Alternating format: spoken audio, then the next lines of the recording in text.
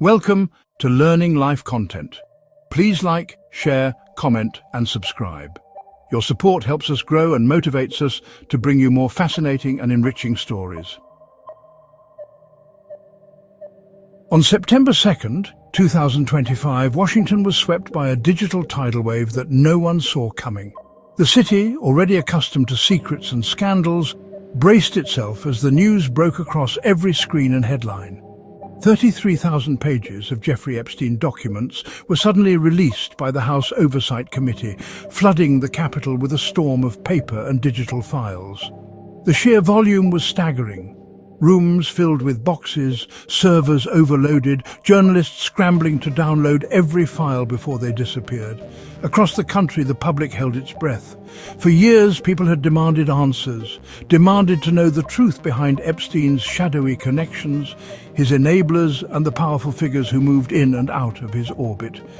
Now it seemed the moment of reckoning had finally arrived. But as journalists, survivors and advocates began to dig through the avalanche of documents, a familiar sense of frustration and disappointment set in almost immediately. The files, so long awaited, felt strangely hollow. Most of the pages were nothing new: recycled court documents, transcripts already pored over by the press, and endless legal jargon. Names were blacked out, details obscured, and the most damning evidence seemed to be missing altogether. The government's grand gesture of transparency began to look more like a carefully staged performance. Politicians spoke of accountability, but their words rang hollow to those who had waited so long for justice. Survivors, who had been promised answers and accountability, instead found themselves lost in another maze of secrets, omissions, and bureaucratic language. The hope that this release would bring closure quickly faded. The powerful remained unnamed, their identities hidden behind redactions and legal shields. The real answers, the ones that mattered most, were still out of reach, locked away behind layers of secrecy. For many, the government's so-called transparency only deepened the sense of betrayal. The haunting questions that had lingered for years remained unanswered. Who else was involved? Who protected Epstein and why? How deep did the network of complicity and silence truly run? Was this just the tip of an iceberg, or had the most damning truths been buried forever? And as the dust settled, one question echoed louder than ever. Why is the full truth about Jeffrey Epstein and his powerful associates still out of reach? In the aftermath, survivors' voices cut through the noise, demanding more than empty gestures.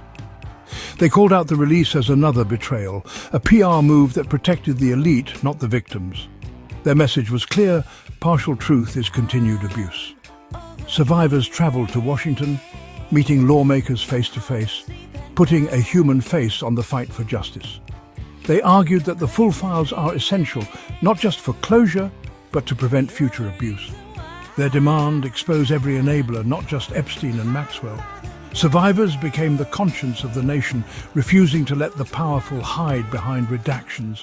Their fight is for themselves, and for a future where no one else suffers as they did. In September, one survivor stepped forward, Marina Lacerda, once known only as Minor Victim 1. Her decision to reveal her identity was not just a personal milestone, but a significant public statement. For years, she had been a silent figure, a name in legal documents, a statistic in a sea of numbers, but now she was ready to reclaim her narrative.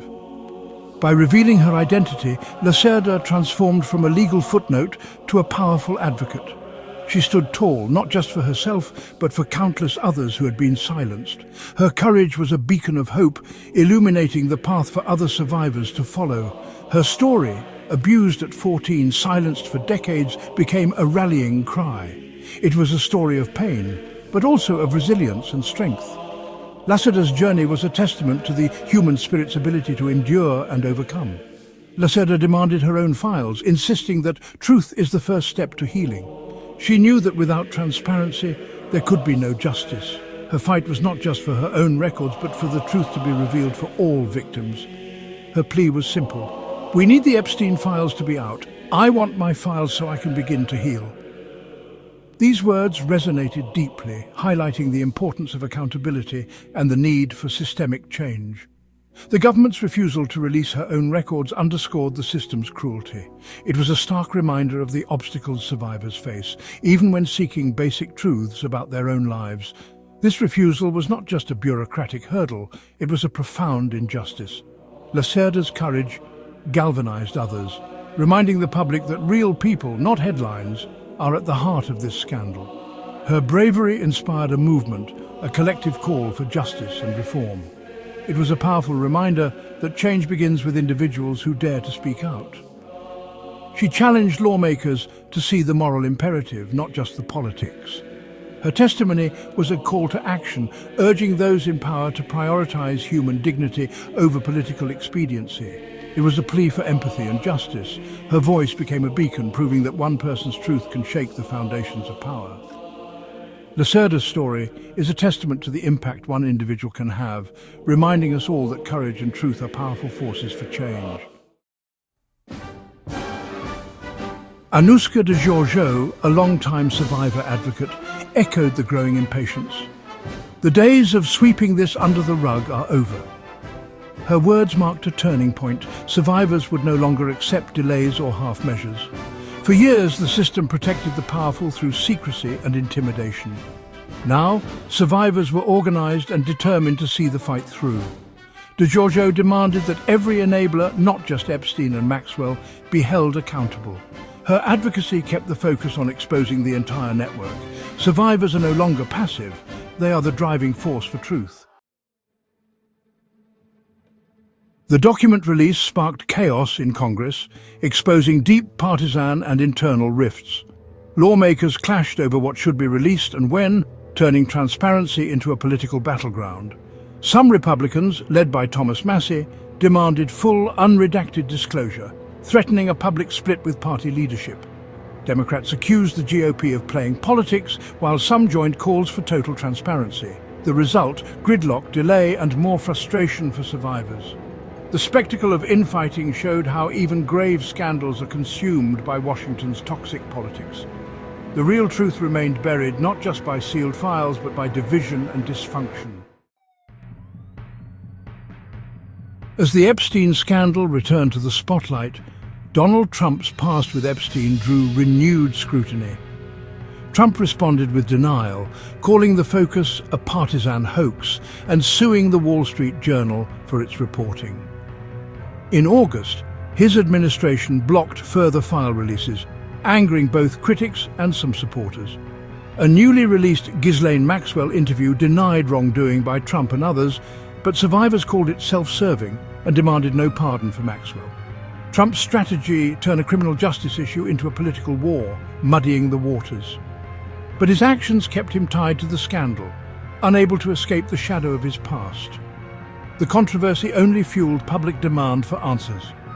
The echoes of Trump's association with Epstein refused to fade. The September document release is just the latest chapter in a long, tangled saga of failure, secrecy, and cover-up. For decades, the Epstein case has been a story of missed opportunities, hidden truths, and powerful interests working behind the scenes to keep the full extent of the crimes from coming to light. Each new revelation only seems to raise more questions, fueling public frustration and deepening the sense that justice remains elusive. Epstein's crimes were first investigated in Palm Beach in the early 2000s. When local police uncovered disturbing evidence of abuse and exploitation. But instead of facing the consequences, Epstein struck a secret 2008 deal with federal prosecutors. A deal that not only let him off with a light sentence, but also protected many of his powerful associates from scrutiny. The agreement was so secretive that even the victims were kept in the dark, and it set the tone for years of silence and evasion. For years the truth was buried, hidden behind legal maneuvers, sealed documents, and a wall of influence. It took relentless investigative journalism, brave survivors coming forward, and mounting public pressure to finally force the case back into the open. Reporters and advocates refused to let the story die, piecing together evidence and demanding answers from those in power. Epstein's 2019 arrest in New York reignited hope that justice might finally be served. But just weeks later, his sudden and suspicious death in a Manhattan jail cell left the world stunned and left countless questions unanswered. For many, it felt like justice had once again slipped away, and the full truth remained just out of reach. In the aftermath, focus shifted to Ghislaine Maxwell, Epstein's longtime associate. Her arrest and eventual conviction brought some measure of accountability, but even her trial failed to reveal the full scope of the network or the identities of those who enabled and benefited from Epstein's crimes. Many survivors and observers were left with the sense that the most important questions remained unanswered. In 2025, the Department of Justice announced that no client list existed, directly contradicting widespread public belief that Epstein kept meticulous records of his associates and clients. This statement only deepened suspicions and fueled conspiracy theories, as many wondered how so much evidence could simply vanish or be denied. The Trump administration's refusal to release more files triggered outrage across the country. Lawmakers, activists and survivors demanded transparency, leading Congress to take the unprecedented step of releasing a massive trove of documents. But even this so-called document dump was heavily redacted, leaving the public with more questions than answers. The pattern is clear. Every step forward is met with resistance, half-truths and new obstacles. For survivors, each revelation brings hope, but also fresh betrayal. The fight for full accountability and transparency continues, as the world waits for the day when the whole truth is finally revealed. The real story of the document dump is what's missing. The long-rumoured client list is still absent despite public obsession and survivors' certainty that evidence exists. The files shed no light on Epstein's suspected intelligence ties, a mystery fueling endless speculation. No new details emerge about the financial networks that enabled his crimes. The enablers, recruiters, staff, lawyers remain unnamed and unpunished. Maxwell was just one cog in a larger machine. Without full exposure of every accomplice, the story remains incomplete. The missing pieces are the heart of the conspiracy and the biggest barrier to justice. As the dust settles, one thing is clear: the fight for justice isn't over. 33,000 pages later, survivors feel betrayed and the public is more cynical than ever. The only way forward is full, unredacted transparency. Every document, every name, every record. This isn't about curiosity, it's a moral imperative, honoring the courage of survivors who demand the truth. Congress, the DOJ, the media and the public all share responsibility to keep pressing for answers. We can't let this story fade or let the powerful wait out the storm. The legacy of Epstein is one of systemic failure and corruption. The survivors have shown us courage. Now we must show them justice. Justice is truth in action, and the time for action is now. Thank you for watching Learning Life content. Please like, share, comment and subscribe. Your support helps us grow and motivates us to bring you more fascinating and enriching stories.